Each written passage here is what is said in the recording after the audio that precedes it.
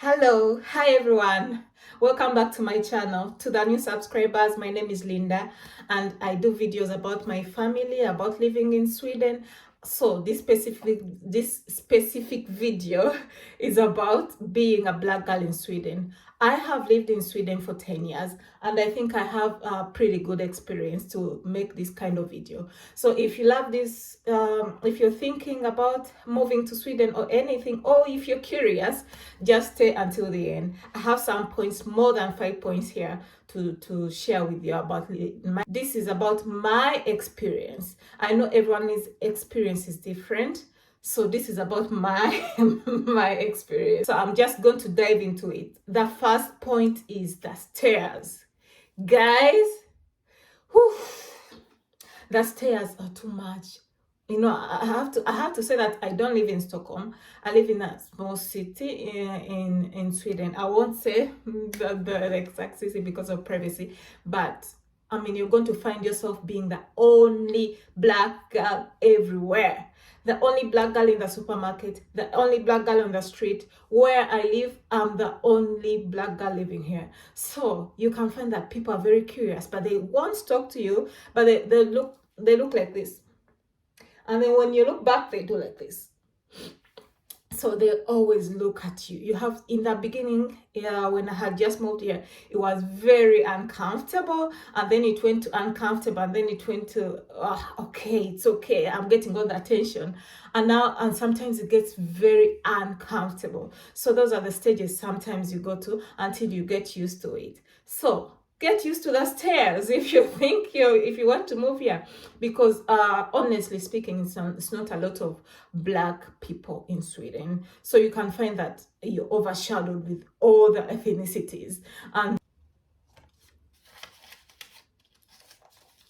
number two, people are going to speak English to you.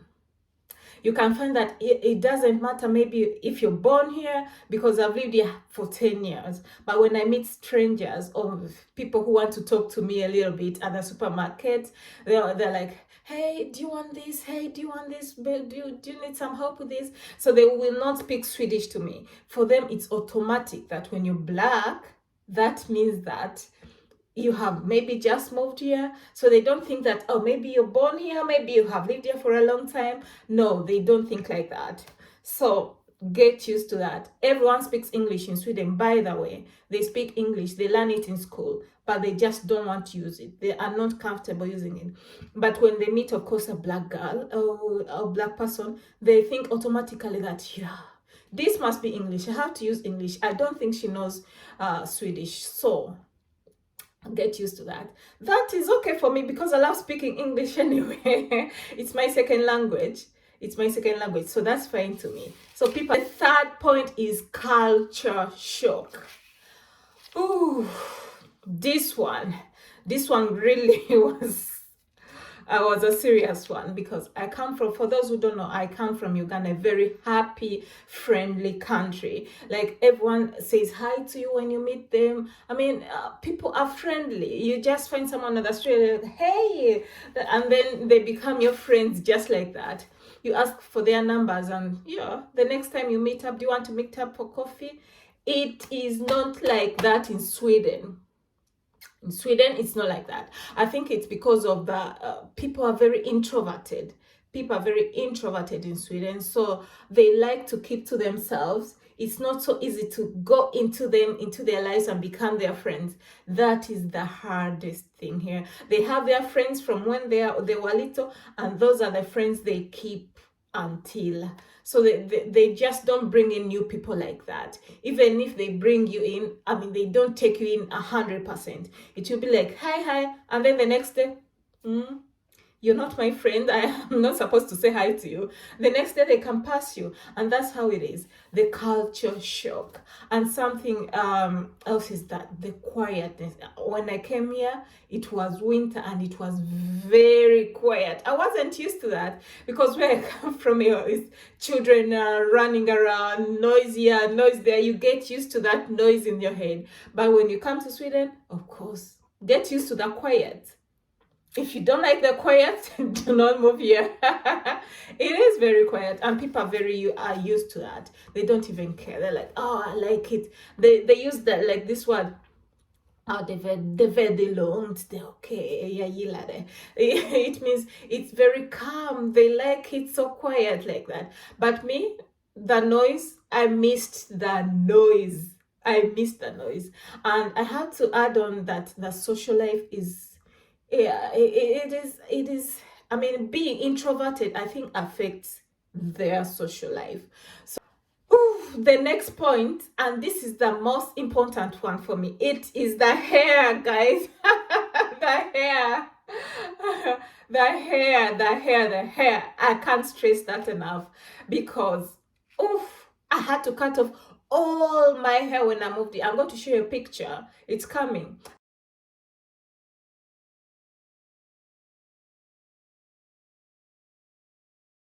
I had to cut it all off because, first of all, there were no salons for me, like for people who can make my hair. There are salons there, but people cannot make your hair. It is mostly for the Caucasians. If you go there and you're like, oh, I want some braids, of course they won't know what to do. So that was out. And the salons the few salons that I found in Sweden, the Afro salons, they were too expensive. They were very expensive. I couldn't afford. So what I did, I had to go to YouTube, find tutorials how to make my hair, and I learned to make my hair. You see this?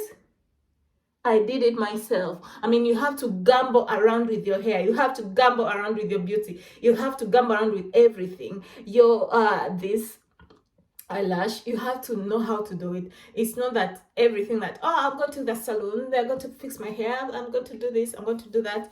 No, that is a big no in Sweden. If you're black in Sweden, you have to know how to make your hair. Otherwise, you're going to spend a lot of money on your hair. And I have to say that the results are not very satisfying after paying all that money. So the hair was really hard. And then I tried using the weaves. The weaves were also not, I wasn't satisfied. I mean, you buy it today and then tomorrow you can't even comb it out like this.